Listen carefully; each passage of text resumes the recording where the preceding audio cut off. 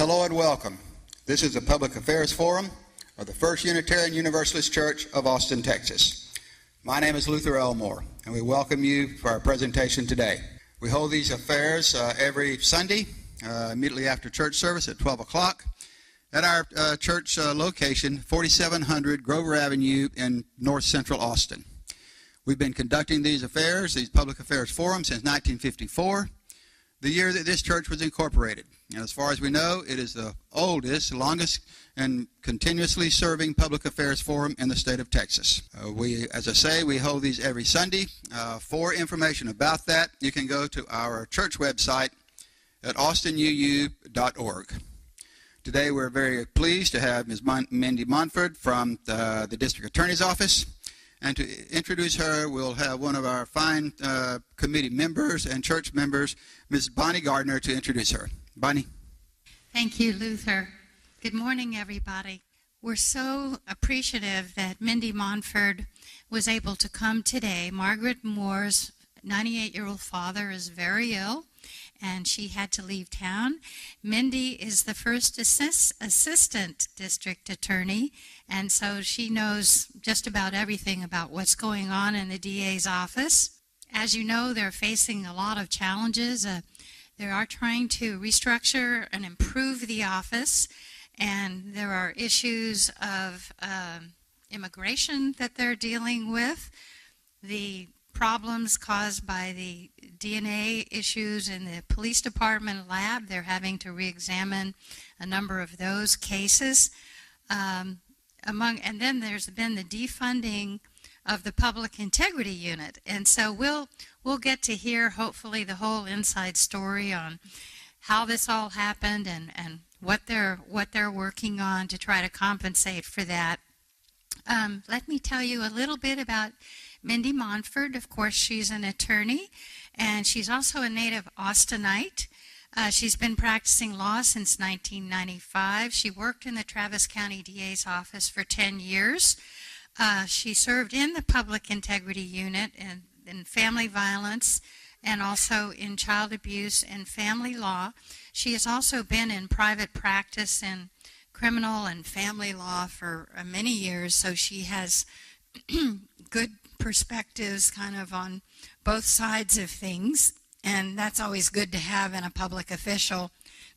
So I want to give a warm welcome to Mindy Montford. Please join me in doing that. Thank you.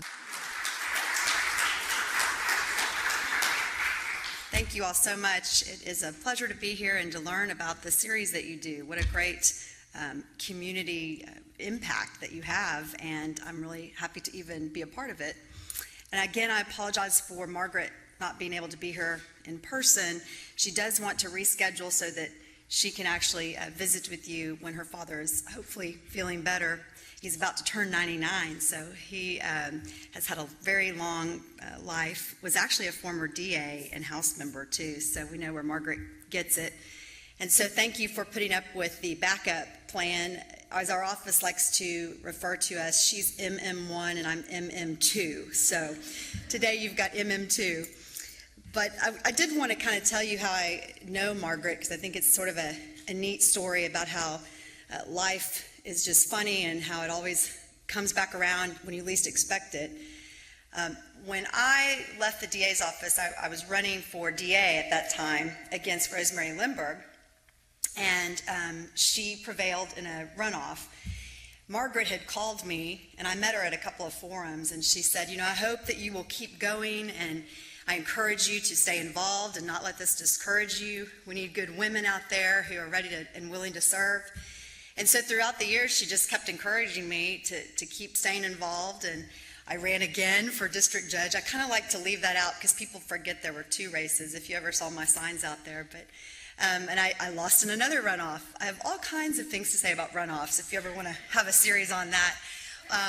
And again, Margaret shows up and tells me, you got to keep going. And she had lost elections as well. So I've always sort of looked up to her and admired her. And she was one of those people I instantly hit it off with. We just shared so much in common and had such a common vision about things. And so when she called recently, I guess this would have been last fall, and said, are you going to run for DA because Rosemary Lindbergh is not going to run again. And, I think you should do it. And I said, this is not my time. I've done 2 races, and I think if at some point I do run again, it's just this is not the time, but I hope you do. And sure enough, she said, I just don't like what I'm seeing over there. And I really think that office, I care too much about that office to not get involved. So she stepped up, and, it was so funny at the time because she thought, I'm not going to go into debt when I run in this race. I'm doing it for the right reasons. I'm going to give it my all, but she knew she was getting in sort of late in the field. And then I'll be darned, to all of our surprise, not only did she win, but I think she got over 60% of the vote. So it was quite impressive. And then she kind of turned and said, wow, I won. Now what? What do we do now? And she called me about, a few weeks after the primary, and she said, listen, I want to talk to you about my vision for the office. And I said, absolutely. I was in that office for 10 years. I'm glad to help. And at that point, she said, would you be willing to come back and work as my first assistant? I think we'd make a great M&M team. And here we are. So we've actually been sort of planning and thinking about the structure of the office since this summer. And that's how we sort of came to be. But I think it's very just worth noting that I thought for sure those days were over. I'm in my own practice now, and then here's Margaret Moore again.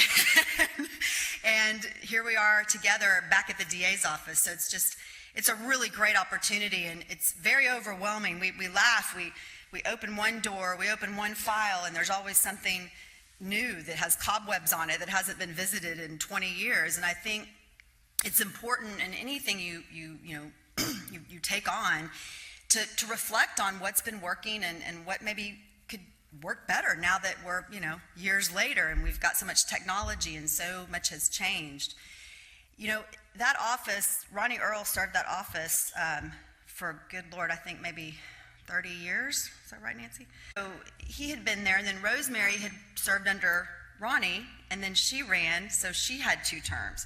So if you think about that, that really is, we're looking at about a 30 to 40 year window where the administration was really the same. Now, Rosemary implemented several things during her administration, but for the most part, what we're finding is no one has really come in and said, well, I realize we've always done it this way, but why?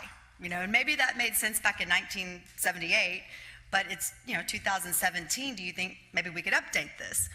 And so those are the types of things we're looking at. Some of the things we're going to keep the same, but I would say we're looking at every single corner of that office and trying to figure out if things can be improved or updated. Our priorities when we started were, I'd say, family violence. We got into this and we said, we want to know what the the highest population of cases are. The DA's office, just as a way of background, we handle felony cases. So you've got a county attorney under David Escamilla, and he handles the misdemeanors. So we wanted to look at how many felony family violence cases were filed. Actually, we started out by just saying what kinds of cases have the highest percentage of filing rates.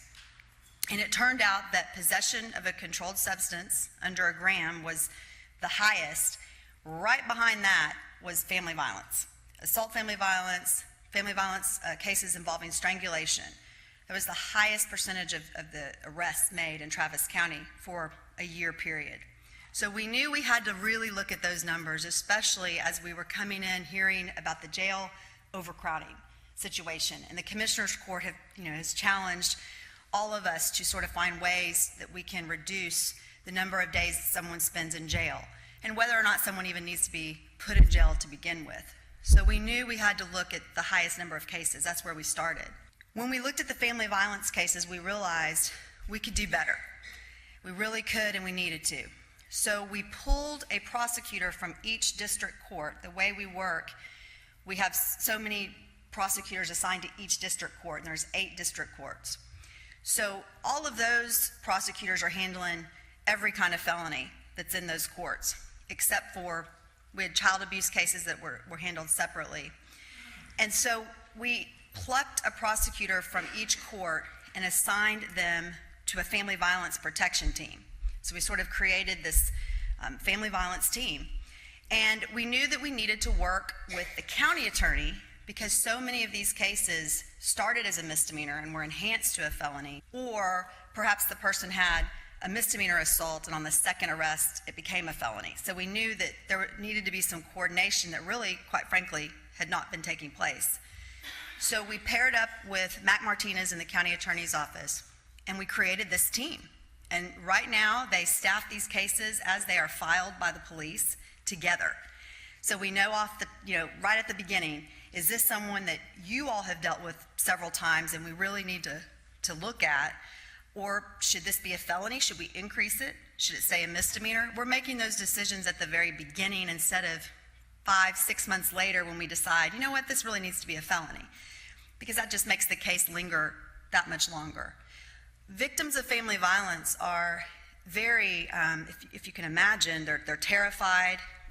They have every reason not to cooperate because they know that they're going to have so much to lose if they do. And so it's just a very different victim relationship that we're dealing with. We knew we had to get in and talk to those victims right away. We couldn't let them hang out there without services and support for months. So we've really tried to enhance the communication with our family violence victims. From what we're telling our prosecutors is we want contact within 24 hours of the incident. 48 hours at the most, but we want to make contact with those victims and give them the services they need, explain how the criminal justice process works, and let them know that they can cooperate and they're going to be okay, that the state is who is prosecuting this case, not them. So the burden is off of their shoulders. But we have to get that word to them sooner rather than later. Plus, there's a lot of those situations involving children. So we want to make sure that we're keeping our children and our family violence victims safe. So that was our priority. We have definitely enhanced that unit, and we're already seeing a difference. I don't have the numbers yet because, as we have to remind ourselves, we haven't even been in office 100 days yet. So I think we're getting up against that. But you want to do so much overnight, and it can't happen overnight. So hopefully when Margaret comes back to you, she'll be able to update you on some of the things I'm talking about today with you. Talking back about the jail population, we realized that we needed to do something regarding mental health, low-level drug users. We needed to make sure that these individuals were not taking up the jail spaces that violent criminals needed to occupy. So we started to look at our diversion courts. Right now we are working on a mental health program that we hope will eventually be picked up, and we need the participation of the integral care folks, the police departments, the judges. There are a lot of stakeholders in the mental health issue, as I'm sure you understand and know. So we are working very hard with those individuals to try to get something together that will allow us to look at these cases on a more individualized basis. Right now they come into a courtroom with everyone else who's set on that docket. There is what we call a mental health docket right now. So they have their own docket, but they're in the middle of this hectic courthouse, which is scary and intimidating to anyone who's facing a criminal charge, but let alone someone who's dealing with mental health issues. So we knew that one of the first things we wanted to do is try to divert those individuals to a separate docket altogether that would be held at a different time and in a different place, still presided over by a judge, but we wanted to have all the stakeholders at the table looking at this individual to figure out what is the diagnosis and how can this community do a better job in connecting this person to services so that we don't keep seeing them back. What's happening right now, I would say, and I think the numbers support it, most of the individuals on the mental health caseload are coming in. They've got a short stint in the county jail while they're waiting on their charges and their case to be disposed of. And they end up pretty much pleading to back time. They'll get a back time offer, and then we see them again. 6 months later, they're back out stealing a sandwich and getting picked up. Now it's a felony. We're seeing this repeat behavior, and actually theft third offender. So if you steal no matter what the value is, but on your third arrest, you can now be enhanced to a felony if you can believe that. So you're dealing with somebody who's stealing a sandwich and maybe a $3, I can't believe there's a $3 bottle of wine out there, but we see it. And they're stealing these things and they come back into the system, and we're seeing that every 6 months or so. So we're trying to figure out, is that really the best use of our services in our jail, just to put somebody in and then plead them to back time, 2 months later, only to see them back again. So we're really trying to work on a more structured plan that also gives the flexibility that these cases need to be dealt with. We also have our own pretrial intervention program, and that is really for people who have never been in the system before. Their first time, unfortunately, they pick up a felony offense. We are screening those individuals, trying to put them on a track that allows them to do community service, maybe get some treatment, pay restitution, and if they do everything and stay out of trouble for a year, then their case will be dismissed. Again, those are for mostly non-violent offenders, people who've never been in trouble before. So we're trying not to give somebody a first-time felony stamp on their forehead because they've made a bad choice. That's one of our other diversion programs. There's drug court, DWI court, Safe P reentry, all kinds of diversion programs that require really a complete examination. We're having to look at the history and the stats to see, are these really working? The purpose behind these programs, are we really doing what we want to do? And if not, then how can we change them? But that is one of our big focus areas is diversion, and then we talked about the family violence. The other area, when Margaret came on board, that she really wanted to give a closer examination, and again, when you're on the campaign trail, you hear so many different concerns of your constituents. And one of the things she kept hearing, of course, was the officer-involved shooting cases that had been happening in this community. And how can we prevent this? Are we doing enough? Tell us about the grand jury system, because it's a very secretive system historically. A lot of that's by statute. We can't change that. But we can be more transparent, is what Margaret wanted to do. First of all, the DA's office historically had responded to all of these officer-involved shooting scenes, but no one knew it. They saw Acevedo on the camera talking about what had happened and giving a statement. Certainly they saw the police department and even the police monitor, but no one believed that the DA even went there. Margaret asked the right questions and found out we, in fact, did have prosecutors on scene, but no one ever knew.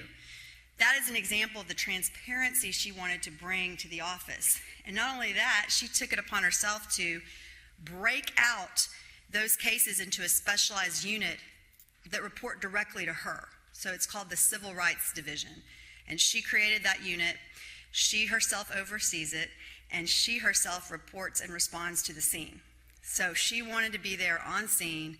She wanted to walk the scene with the officers and then work with the officers who are investigating themselves to see how this process really is working and how we can do a better job.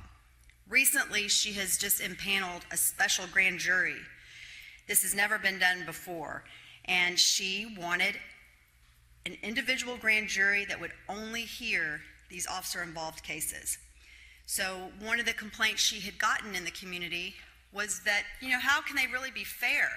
Here these grand jurors are listening to police officers and prosecutors day in and day out, and they sort of develop a bond or a relationship. How can you expect them to remain impartial when it comes to judging a police officer? So she felt, and she took advice from several community leaders and decided the way to do that would be to impanel its own grand jury. So they will be specifically trained on officer-involved cases, and they will only hear those types of cases. We haven't done it yet. So when she comes back, that's another thing that she'll need to address, is how that's been working and have we seen a difference. There are many of those cases that are, once you look at the facts and the evidence, and even really if you just look at the initial reports on the media, where we think it's just an open and shut case, the officer clearly had the right to use force in that situation. What was happening was in those cases where they were clear cut, the officer would have this pending investigation against him or her, sometimes for years, before resolution would be brought. So what Margaret's trying to implement in that regard is to say, look, if it's a clear-cut shooting, everyone agrees, we've looked at the evidence, we've given it a thorough discussion, those we need to go ahead and decline prosecution on right away. If it's not, then we definitely need to take it to a specialized grand jury for them to deliberate and consider.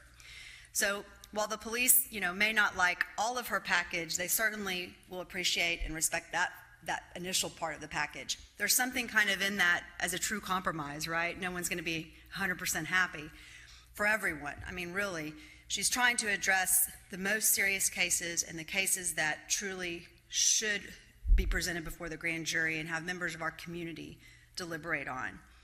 She's also going to try to issue reports on all the cases that she declines to prosecute. She wants to have a report that's issued explaining why. She also wants the grand jury to do that on cases that they do not want to indict. Again, transparency. So many times, if you just communicate with the public and explain your position, they tend to see that. What we have found has been happening in this office in years past, they really have had sort of a closed door, and they haven't responded to media inquiries. They haven't gone and talked to the community. They haven't issued reports. She really wants to open that up and let people know what our office is doing. So those were clearly her biggest areas: family violence protection team, diversion courts, and then she wanted to build out this civil rights unit on its own that reports to her. Now, again, we've been doing this since January, so we're working on all of those things. That's probably our where we're just honing in on those types of cases and those divisions. Overall, the structure has changed. She definitely has consolidated the office. There were many directors over divisions that really sort of kind of should be meshed together, and we did a real good overhaul of that. And let me tell you kind of how the office is structured, and then I'll comment on a few other things. I thought I'd open it up for questions because you might have some questions about how the office runs. But generally, we have several divisions in our office. We've got about 95 attorneys, I think, at last count. We've got around 238 employees, don't quote me on that, overall, but it's a ballpark figure. So out of those attorneys, what we did was we first looked at the biggest chunk of our division, and that was the trial court. That's where your drug cases, your burglaries, your robberies, your rapes, your capital murders, that's all under trial court. Generally, you might have a child abuse case that would fall under that, but generally those are where most of your cases are going to be. So again, as I said, we pulled out a prosecutor from each court and assigned them to a family violence team. We then had one director over trial division and assigned him an assistant director. So we have Guillermo Gonzalez as our trial director, and Ricky Jones is under him as the assistant director. We also really thought about the appellate section. Appellate is one of those areas when you're in a big trial, a capital murder trial or a sexual assault trial, it's really nice to know that you've got an appellate lawyer who has your back. So many times we would be in trial and an appellate, or potentially an issue that would come up on appeal would come up, and we would be frantically calling our appellate lawyers to say, is this right? Do we have the right case law on this? Are we in the right on this? And that happens more than we, would like to think, but it does. And so we thought, wait a minute, why don't we put appellate under trial division so that they can work together? And even on big cases, let's have an appellate lawyer sitting at the trial table with the trial lawyers. We're about to test that out with some big cases coming up, but so far we've gotten great response. The appellate lawyers have been involved with the case from the beginning, and we're sort of working through those cases up to the trial date. So far we're getting great feedback on that. We also had a juvenile section that was sort of out on its own in the old days, and we've now brought them under the trial division as well. We are putting some of our newer prosecutors, they're not new lawyers, but newer to felony cases, we're putting them in the juvenile division to sort of get them acquainted with the felony statutes, and then also to work on the juvenile caseload. And we're also having them sit on trial court cases as well so that they can start learning and being integrated into the trial court. So that's our trial division. We've also maintained our special prosecution division. That's where the public integrity unit has always been and still is. We are fighting to get some of our funding back that we lost last session. The response has been pretty good. In fact, one of the representatives who actually was helping Governor Perry sort of get rid of our unit at one point, I think last session, was speaking out for us this session, saying, listen, this was all about public corruption, the corruption piece, which really is a very small percentage of the public integrity unit. It's just those get more publicity, so you hear about those cases more.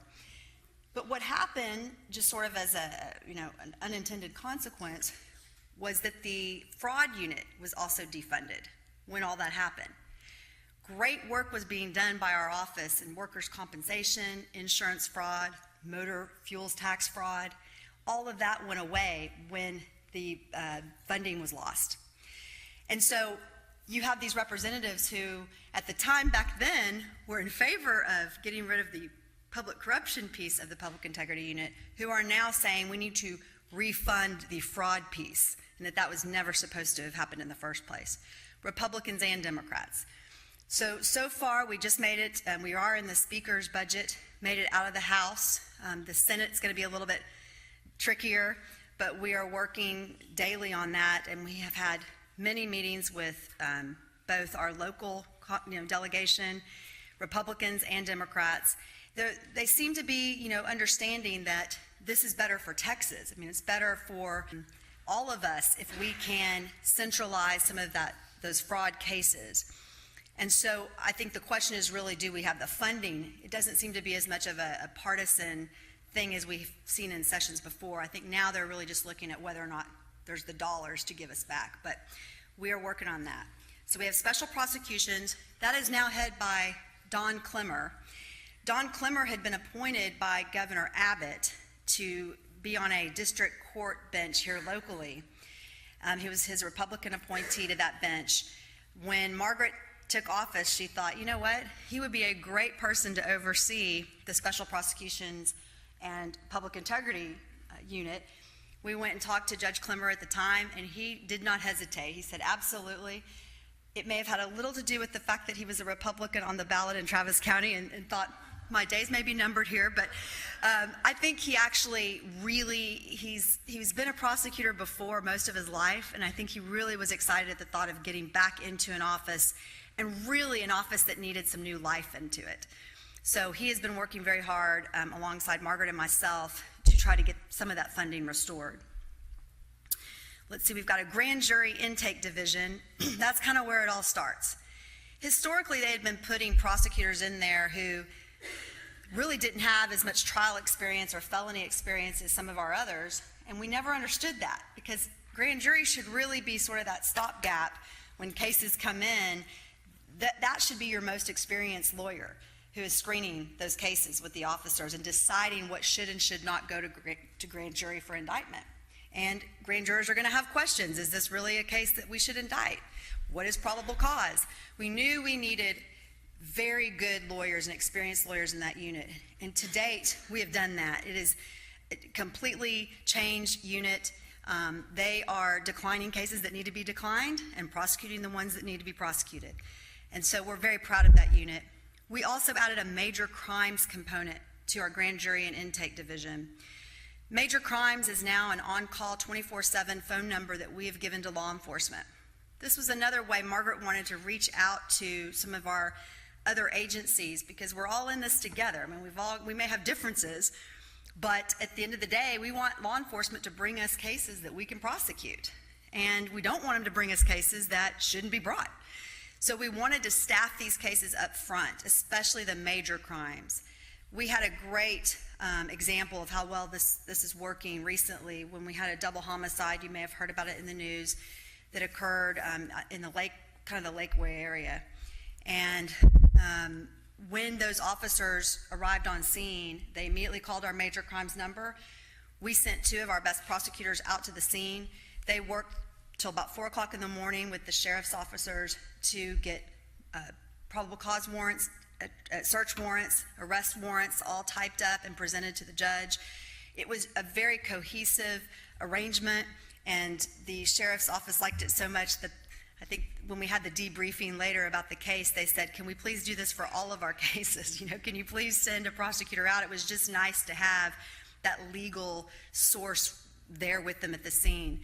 And our folks enjoyed it too, and I think it's going to be a good partnership. And APD is also working in that manner. We just received another call on Friday, same way, and we sent a prosecutor out to the scene. So again, this is all part of our trying to be more open and more, we want to coordinate more with some of our partner agencies, and that's what we're doing with that unit. Dana Blasey will be overseeing that unit. Right now, she is on loan to the U.S. Attorney's Office, where they are prosecuting the individual who is accused of shooting Judge Julie Kosurik. They came in and really partnered with our folks back before we were even in office, and Dana Blasey has been on loan to them to help them with that investigation, which we clearly want and need. We have another unit called the SVU unit, and Margaret likes to make fun of me because she says I watch too much TV, but I really don't even watch that show. But they really, in this unit, it historically had been called the Family Justice Division, FJD. But SVU really sort of fit more of the victims that we're dealing with there. That houses our family violence protection team and also our child abuse unit. We have CPS attorneys who handle the termination of parental rights cases that are more civil law in nature. And then we have our child abuse prosecutors who handle the criminal prosecutions of individuals hurting our children and sexually abusing our children. And then also in that unit is the family violence protection team. So I do think that that unit really, that name captures that, because they are our special victims. We want to make sure that they're handled, as much individual attention is given to them as possible. And I believe I've covered all our units, Nancy. I don't have my org chart, but I'm probably going to get called out. You did not mention our unit. Thanks, Mindy. But those are kind of the big pieces of the office restructure as we know it. We have an administrative division, our director of operations. She's now put a lawyer in charge of that. So he handles sort of all of our budget requests. Our accountants are under him. He even took over the victim witness counselors. So he's also looking out for those counselors to make sure that they're able to give our prosecutors and our victims the resources that they need. And I think that should cover it. So that's kind of how the office is structured. The last few things I'll say, we've also taken a hard look at the amount of drug cases. I think I touched on that earlier that are filed. We did get recently we were asked to comment on a piece of legislation that's been proposed to make less than a gram state jail felony drug cases a misdemeanor instead of a felony. So we wanted to pull our own numbers in Travis County to see what we were doing with those cases. And it was very interesting what we found with those numbers. About 2,000 people had been arrested by a law enforcement agency for that particular type of case. We only ended up prosecuting 1,600 of those for whatever reason. You know, no probable cause, or maybe the substance was tested and we couldn't get an identification, but 1,600 of those. Then we wanted to see, well, how are we disposing of those? Are we sending everybody to state jail? Because that's what this bill was trying to prevent. In Travis County, we were only really sending, at least in last year's numbers, keep in mind, we weren't there last year, but 10% were going to state jail. So the rest of those cases were either being dismissed, or they were serving out a sentence in county jail, or they were getting some type of probation. It's very hard to make people, as you may be aware, go to treatment, to force them to treatment. And so a lot of these people, unfortunately, are saying, I would just rather have the back time. I know I'm going to get home quicker, or I'm going to get back on the streets quicker, than being on some probation for 2 or 3 years where you're watching me every minute. And so it's very hard, because what do you do with that population? Do you send them to state jail? Is that the best use of our dollars? Or do we just let them sit it out in county jail, only to have them, like we talked about with mental health earlier, only to have them come right back? And we can't force treatment on them. So these are the types of things we're looking at with our drug court and some of our diversion courts, to try to figure out if there's another way we can help these individuals get the treatment that they need, but maybe they don't necessarily want to get. ICE is another big topic. We've been dealing on the immigration and the sanctuary cities. You know, it's so funny, when you come into office, we're so excited and happy to be there, and then all of a sudden the work starts, right? You get a bomb from here, a bomb from here. And so we knew that we had to address the immigration and the ICE issue. one thing we have been doing a lot of is just picking up the phone and calling instead of wondering, well, is ICE going to do this? Is the sheriff going to do this? Margaret's a big fan of picking up the phone. Let's call them and find out. So we're having a second meeting with ICE actually this week on some of these issues. And our main issue with ICE, we didn't really want to get involved with the Sanctuary City issue because that's really something with the sheriff and ICE itself and our president.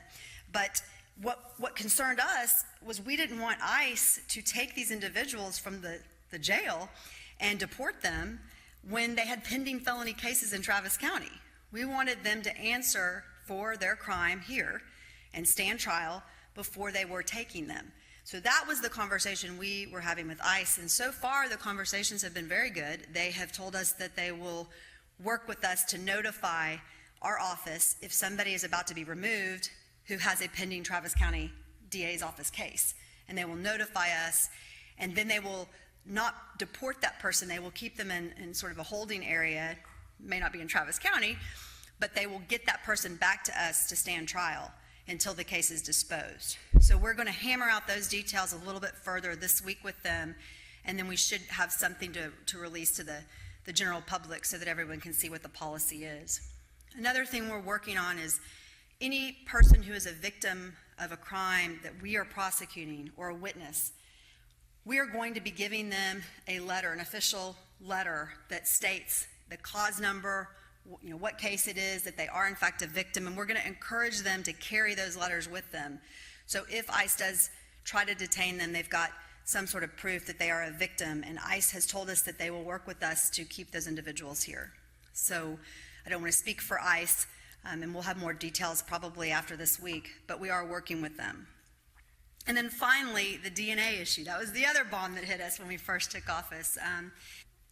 We have been working tirelessly with all of the partner agencies to find a way to expedite the testing of these cases, and the DNA lab issue at APD was disastrous for our work because obviously we can't go forward on a case unless we believe the science is accurate, and we have a duty under the code to basically make sure that that science is accurate. So we knew that we had to really focus hard on these cases. Right now we have already sent out, I believe, 800 notices to people whose case involves some sort of DNA testing by the lab, the local lab. That doesn't mean that that would change the outcome necessarily, but we felt that we had a duty to at least alert them that there had been an issue with the lab. They then will have to get back to us if they want us to take a second look at their case. We are then referring that over to CAPDS, which is our local, it's, for lack of a better word, is our public defender system here in Travis County. It's under CAPDS is their umbrella. They then will conduct a materiality review to determine whether or not, if there had been any change in the DNA results, would it have had any effect in the outcome of the case. We felt it was very important to have the defense bar prepare those analyses. We'll also be doing our own backup analysis, and we can be proactive on cases that we would like to retest as well, but we're working with them on those cases.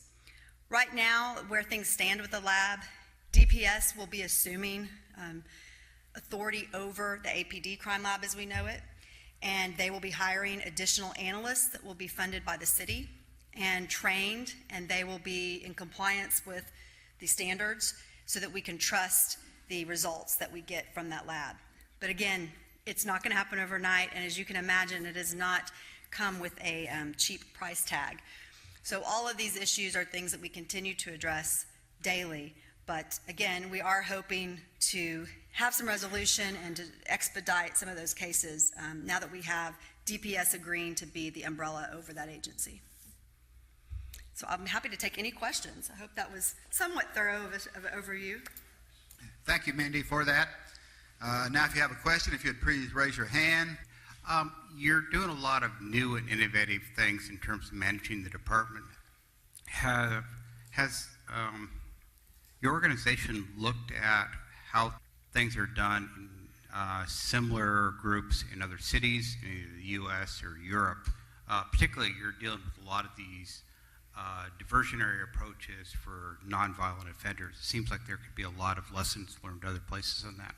Right, not trying to reinvent the wheel if it's already been done right. We've absolutely done that. In fact, starting with the Civil Rights Division, Dexter Guilford is an amazing attorney, and he's who we brought in to oversee that unit. He has already contacted, and actually he himself has done work in other states, but he has contacted other offices throughout the country and is well read on how best to present those cases, and he's definitely putting a lot of that to use. Diversion, 100%, because I've actually been working a lot with diversion.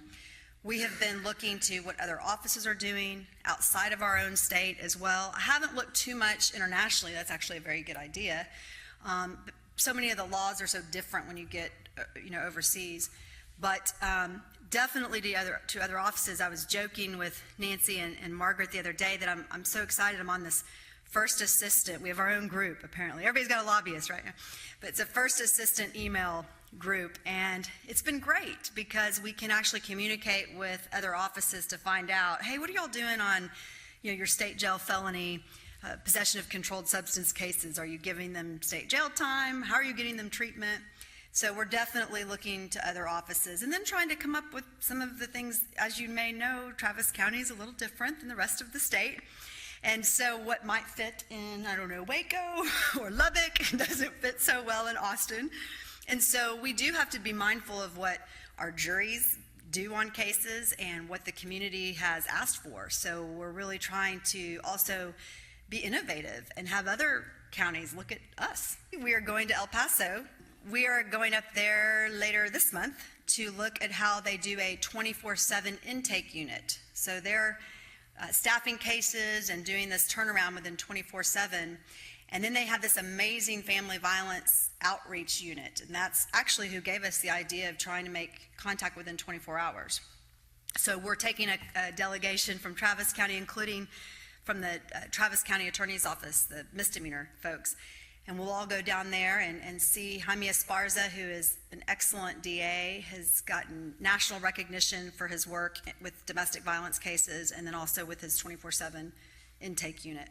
They have that also in Harris County, which is where I started back in '96, and it always worked so well. I've always wanted to try something like that in Travis County, so we're excited about that. Thanks for bringing that up. This is Nancy Williams, by the way. She is our executive assistant, so she keeps us in line. She keeps the MMs in line. My question is, does the district attorney's office have a position on having an independent forensic lab along the lines of the Houston Forensic Science Center?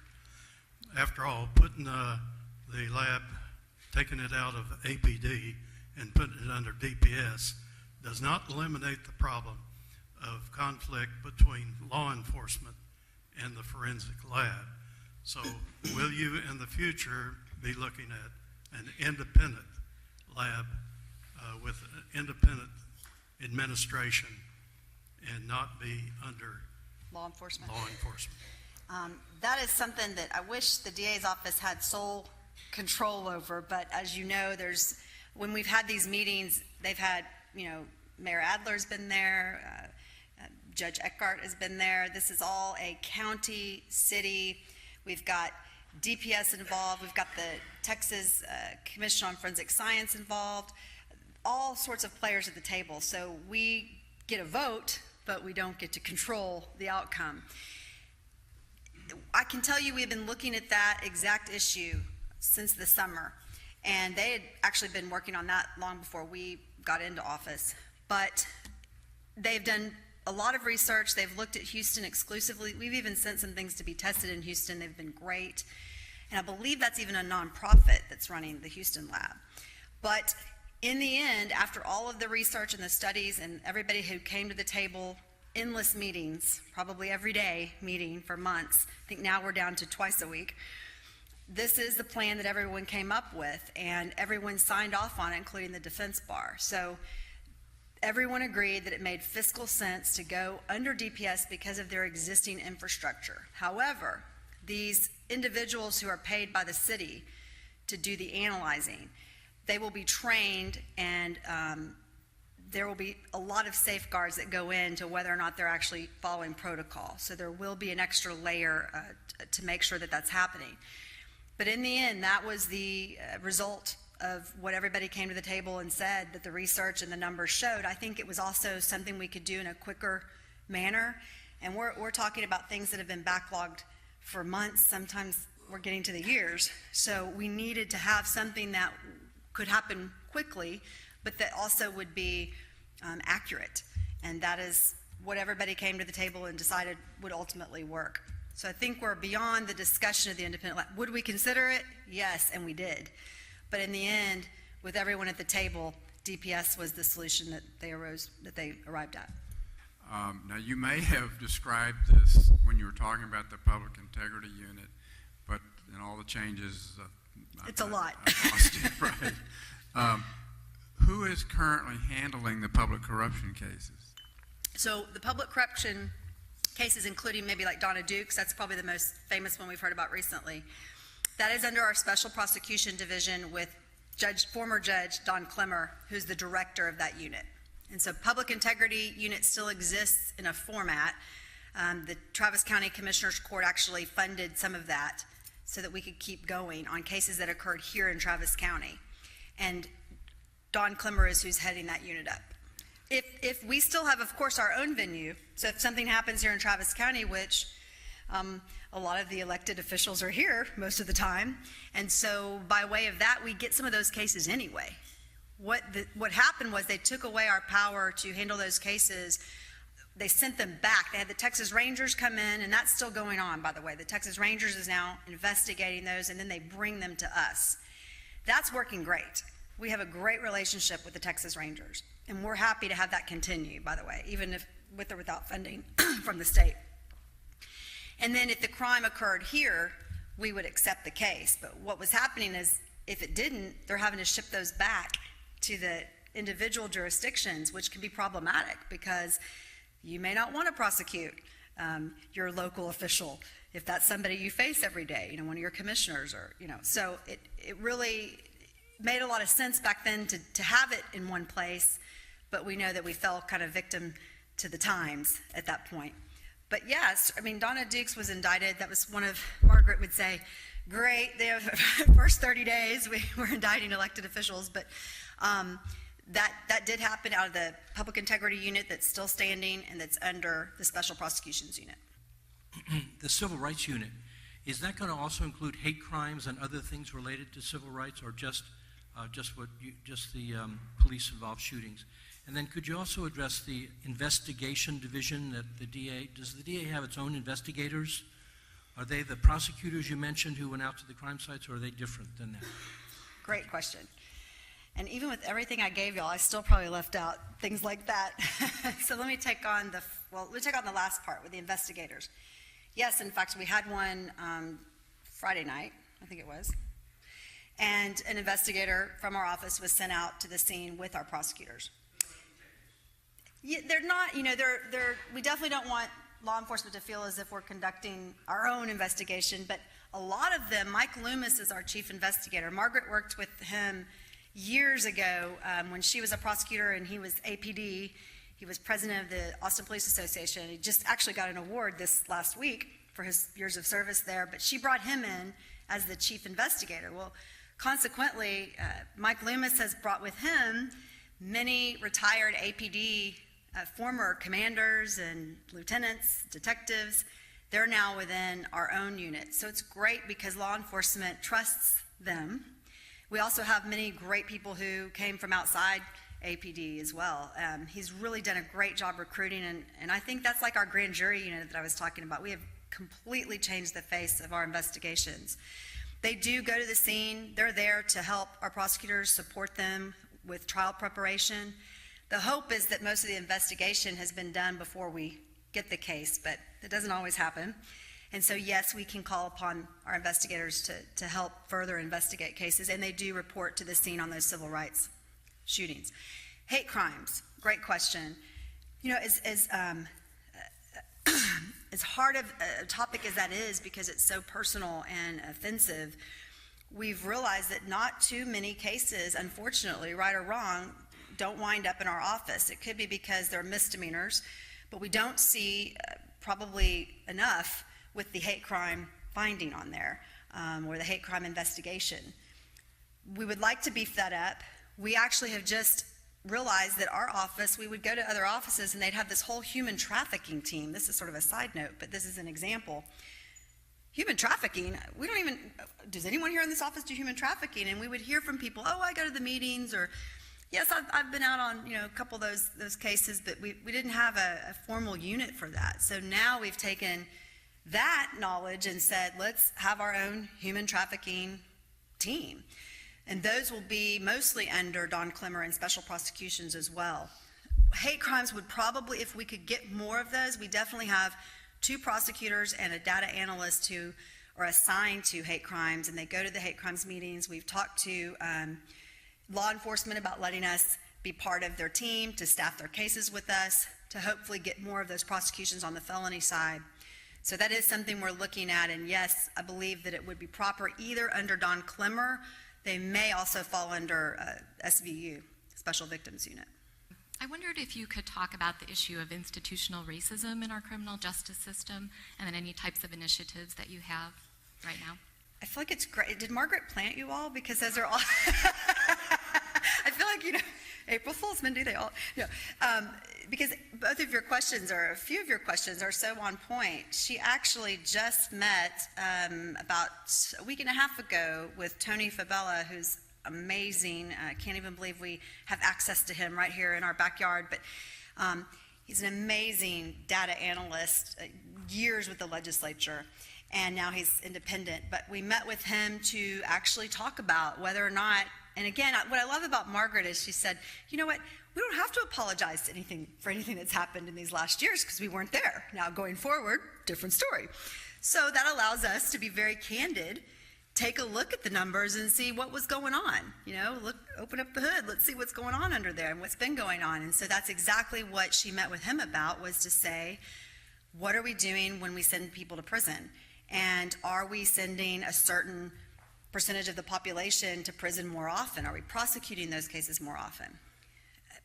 It's such a huge population. I mean, you can imagine the layers of that assessment that have to go into it. So what they've ended up doing is starting very small to just take a percentage of the cases we deal with, look at those and see what we're doing. And so we started with the drug cases, because again, that's something we're seeing the most of.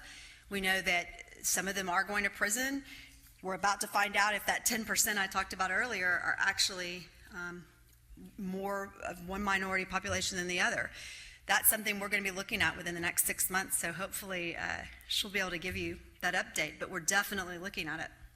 I think in Travis County, rather, we're very blessed. I think for the most part, do we have it? I'm sure we do, but I think what we're finding is that if we do have it, it's on a much different scale that we might see in some of our other counties, but it exists. We all know it does. We just got to see how much it does in Travis County. Scandal in which children were being killed in institutions. So I think that has good promise in terms of trying to come up with programs of intervention that sort of help the offender reintegrate into the community. But the reintegration is a huge topic, because when we send these people to prison, we want them to come out and know that they have resources so that they don't go back to what they were doing before. So that's another topic we're looking at. I am very concerned about the issue of diversion of people with mental illness and people with substance abuse problems away from the criminal justice system, and I know you all are too. You're dedicated to that, I think, as are the police. I was on the mayor's mental health task force and monitoring committee, and we were working on this, and it seemed like the choke point was lack of access to mental health and substance abuse services in the community, and then lack of housing. And I know Lee Leffingwell began addressing that issue, and he deserves a lot of credit for that. What are your thoughts about this now, and is there any funding on the horizon or new system for establishing linkages to mental health services and funding those services? Thank you. The $1 million question, yes. And hopefully they're not from a governor's grant, because we've not been able to be successful with those grants lately.